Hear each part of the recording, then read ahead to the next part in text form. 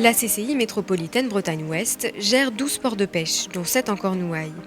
Parmi eux, celui du Guilvinec se distingue comme le premier port de pêche artisanal français. Dans sa criée, une cinquantaine de salariés de la Chambre de commerce sont mobilisés. Chaque jour, ils réceptionnent la pêche des bateaux côtiers, qui passent la journée en mer, et celle des hauturiers, qui partent sur plusieurs jours. Au total, plus de 10 000 tonnes de poissons et crustacés transitent par la criée chaque année. Le poisson est déchargé, trié par espèce, par taille. Il est mis en lot, on le pèse et on le prépare pour la vente du matin. Donc on appelle ça, nous, une mise en ligne.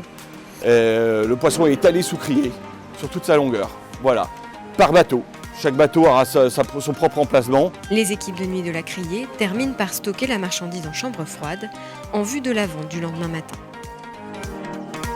Dès 5h30, l'activité reprend à la criée. Les acheteurs, appelés marailleurs, viennent repérer les lots de poissons qui les intéressent avant l'ouverture de la vente aux enchères à 6h.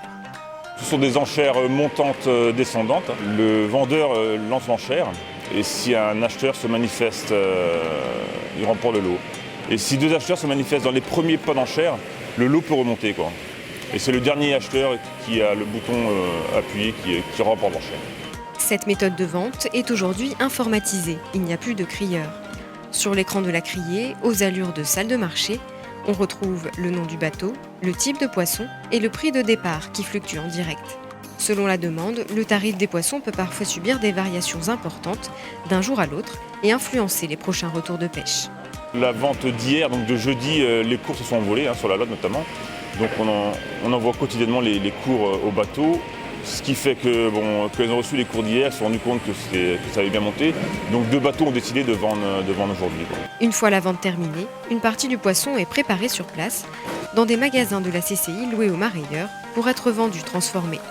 Le reste est directement expédié chez des poissonniers ou dans des grandes surfaces.